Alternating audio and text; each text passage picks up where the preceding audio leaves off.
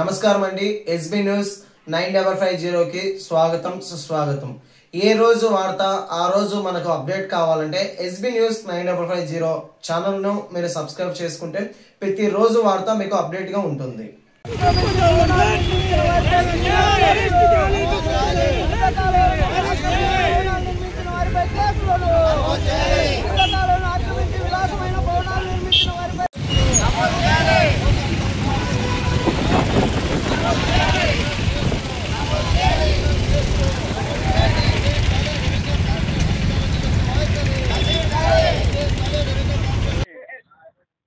జిల్లా కలెక్టర్ స్థాయి అధికారులు ఆ విషయంలో జోక్యం చేసుకుని ప్రైవేట్ వ్యక్తులకి బదలాయించేటువంటి పని చేస్తా ఉన్నారు.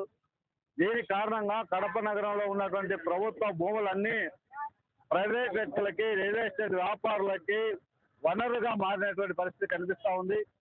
ఇటీవల కాలంలో ఒక వెంచర్ లో ప్రభుత్వ భూమి వేస్తే రామాన్యపురంలో ఆ ప్రభుత్వ వెంచర్ లో కాలువలను కూడా ఆక్యుపై చేసి దాన్ని అమ్మేటటువంటి ప్రయత్నం చేశారు.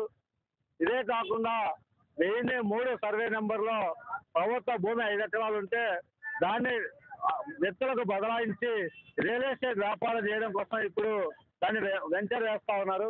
ఇదే కాకుండా సర్వే నెంబర్ 122లో ప్రభుత్వ బుగ్గవంక ఉంటే బుగ్గవంక కాలువలో ఆక్యుపై చేసి ఆ కాలువలోనే రోడ్డు వేసేటువంటి పరిస్థితి కనిపిస్తా ఉన్నది.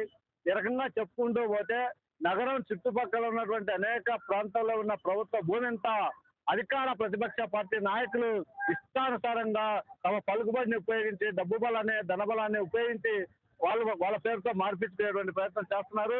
ఇదే జరిగితే రానున్న కాలంలో ప్రజానికానికి పెద్ద ఎత్తున ఇబ్బందులు వచ్చినా వాటిని అధిగమించడానికి అవకాశం ఉండదు.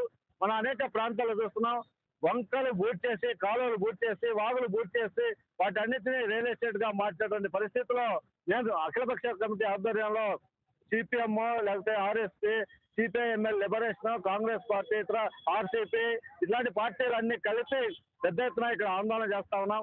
ఈ ప్రభుత్వానికి, రెవెన్యూ అధికారులకి ఒకటే చెప్పదలుచుకున్నాం, మీ జోక్యం వల్లనే ప్రైవేట్ వ్యక్తులు ఇష్టానుసారంగా కబ్జా చేస్తా ఉన్నారు. రెవెన్యూ అధికారులు కబ్జా చేసేటువంటి స్థలాన్ని ఆక్యుపైకి అవకాశం ఇస్తే కార్పొరేషన్ అధికారులు దాంట్లో వెంచర్ వేసి ఇష్టానుసారంగా రియల్ ఎస్టేట్ వ్యాపారం చేస్తా ఉన్నారు. ప్రతిపక్షంలో ఉన్నటువంటి పార్టీ, ఇప్పుడు అధికార పక్షంలో ఉన్నటువంటి పార్టీ, మేము అధికారంలోకి వస్తే అక్రమ లేఅవుట్లలో ఎవరు స్థలాలు కొనొద్దండి, వాటిని మేము క్రమబద్ధీకరణ చేయమని చెప్పారు. ఇప్పుడేమో వర్షం పెట్టి వాటన్నింటినీ క్రమబద్ధీకరించేటువంటి ప్రయత్నాలు జరుగుతా ఉన్నాయి. కాబట్టి ఈ కాలువల వల్ల, శ్మశానాల వల్ల, అక్రమాల వల్ల తీవ్రమైనటువంటి ఇబ్బందులు పడుతున్నారు. కాబట్టి మేము ఈరోజు ఆందోళన చేస్తా ఉన్నాం. ఈ ఆందోళన ఇంతటితో ఆగదు. రానున్న కాలంలో పెద్ద ఎత్తున పోరాటాన్ని తీవ్రం చేస్తాం. ప్రభుత్వ భూముల పరిరక్షణ కోసం కబ్జాదారుల నుండి కడపని కాపాడాలనేటువంటి డిమాండ్ తో రానున్న కాలంలో జరిగేటువంటి ఆందోళనలో నగర ప్రజానికం పాల్గొని జయప్రదం చేయాలని ప్రజానికానికి విజ్ఞప్తి చేస్తా ఉన్నాం.